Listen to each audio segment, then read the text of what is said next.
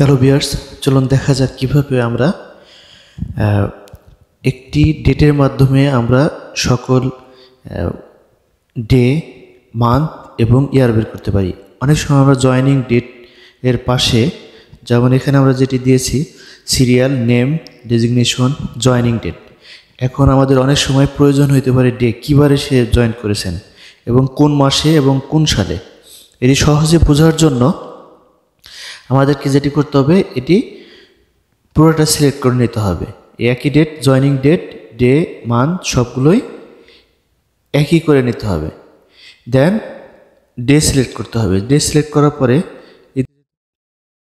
কাস্টমে যেতে হবে। কাস্টমে এসে ডি চারটা ডি লিখতে হবে।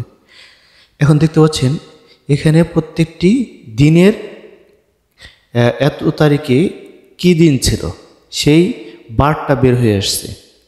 তারপর আমরা মান্থ সিলেক্ট করব। সিলেক্ট করে ডান বাটন ক্লিক করে আমরা এখানে প্রোগ্রাম সেলে গিয়ে দেন কাস্টমস, দেন আমরা এম লিখব। এখন দেখতে পাচ্ছেন যে এটি মান্থ হয়ে গিয়েছে। সে কি কোন মাসে জয়েন করেছেন। এবং ইয়ারের দিকে যদি যাই, সেক্ষেত্রে আমরা আবার ইয়ার সিলেক্ট করব। সিলেক্ট করার পরে ফরম্যাট সেলে গিয়ে কাস্টমসে যাব আবার, দেন আমরা ওয়াই চারটা ওয়াই দেব। এখন দেখতে পাচ্ছেন যে কত সুন্দর এখানে ইয়ারগুলো চলে এসেছে। এভাবে আমরা খুব সহজেই একজনের জয়েনিংয়ের ডেট, ডে, মান্থ এবং ইয়ার ইন্ডিভিজুয়ালি কীভাবে আমরা খুব সহজে বের করতে পারি।